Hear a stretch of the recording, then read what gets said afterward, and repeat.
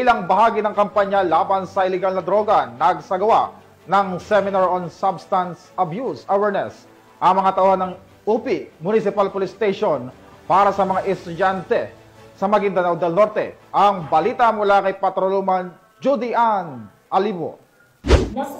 Seminar on Substance Abuse ang mga personahe ng UP Municipal Police Station sa mga estudyante ng UP Agricultural School. Ito ay upang mabigyan sila ng kaalaman hinggil sa mga uri, epekto at panganib ng paggamit ng ipinagbabawal na gamot. Gayon din ang mga batas na may kaugnayan dito na ginanap sa UAS Social Hall Nuro, UP Maguindanao del Norte. Nito lamang ika-8 ng Oktubre taong kasalukuyan. Ang naturang aktibidad ay naging inisyatiba ni Police Captain Julius L. Yutub, Officer in Charge ng UP MPS at aktibong suporta ng mga guro ng naturang paaralan.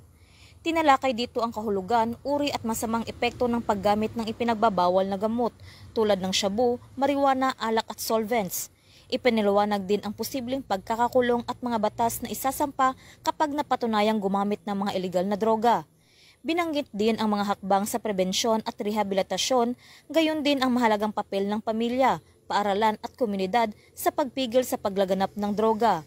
Binigyan din ang kahalagahan ng values formation at character development sa pagpapanatili ng disiplina at malusog na pamumuhay. Nilalayon din itong hikayatin ang mga kabataan at mamamayan na umiwas sa bisyo at mamuhay ng responsable. Sa pamamagitan ng seminar na ito, inaasahang mapalakas ang kamalayan ng komunidad at maitatag ang pakikiisa ng bawat isa sa kampanya ng pamalaan laban sa iligal na droga. Mula rito sa Riyon ng Bangsamoro, ako ang inyong PNN correspondent, Patrolwoman Judy Ann Alibo, alagad ng batas, tagataguyod ng Balitang Pulis.